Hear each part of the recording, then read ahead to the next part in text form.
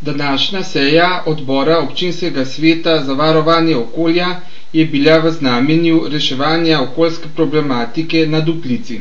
Skupina 3 tamkajšnjih krajanov, ki v zadnjem času podrobneje spremlja problematiko onesnaževanja, je namreč predstavila svoje ugotovitve. Odbor za okolje nas je povabil na njihovo sejo. Njihovo povabilo smo se z veseljem odzvali.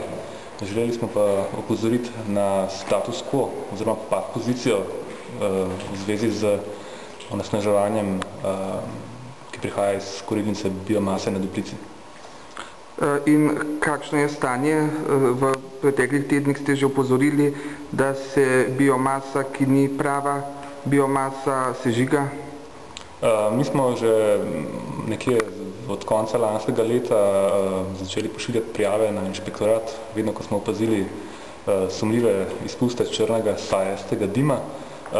Nazadnje se je zgodilo to, da smo opazili na deponiji biomase kupe modrih plastičnih vrečk in ostankov očitno oziroma najbrž šivernih plošč, kar nikakor ne sodi v nekontaminirano biomaso, kot so nam na inšpektoratu pojasnili, da se menda po njihovih izsledkih v tem obratu kuri. Ste s sestankom zadovoljni? Smo. Upamo, da se bo nekaj, oziroma karkoli premaknilo iz mrtve točke v obojestransko korist. In kaj o onesnaževanju in zadnjih podatkih pravi dolgoletni borec za čisto okolje na Duplici? Pred dnevoma sem dobil sklep Ministrstva za okolje in prostor, da Tisa d.o.o. ne potrebuje okoljevarstvenega dovoljenja, ker kuri samo neoporečni les. Kar pomeni, da v tem trenutku imamo možnost, krajani Duplice, kontrolirati vstopni material, se pravi, ali Tisa d.o.o. res kuri neoporečno biomaso, kajti za neoporečno biomaso se tretira samo neobdelan les.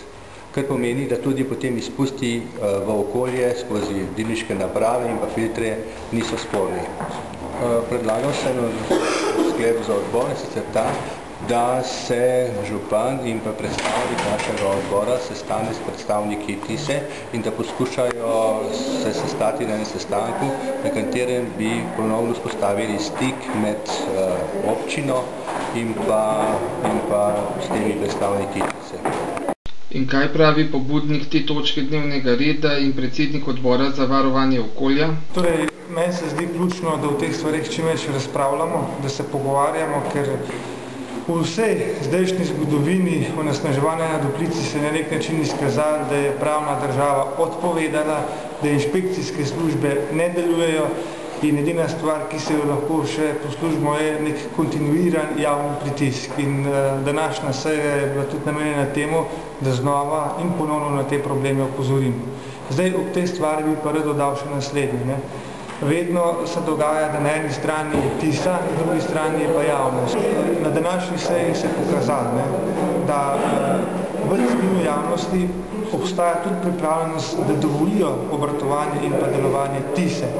Da ni edina stvar, ki jo javnost zahteva, samo ukinitev in pa zaustavitev Tise. To je zmotno. Javnost, civilna javnost na Duplici bi to stvar, kot smo dosti slišali, dovolila, vendar pod pogojem, da bi ta stvar obratovala tako, kot more. Torej, da bi kurili čisto leseno biomaso, ne pa polivinil in podobne stvari.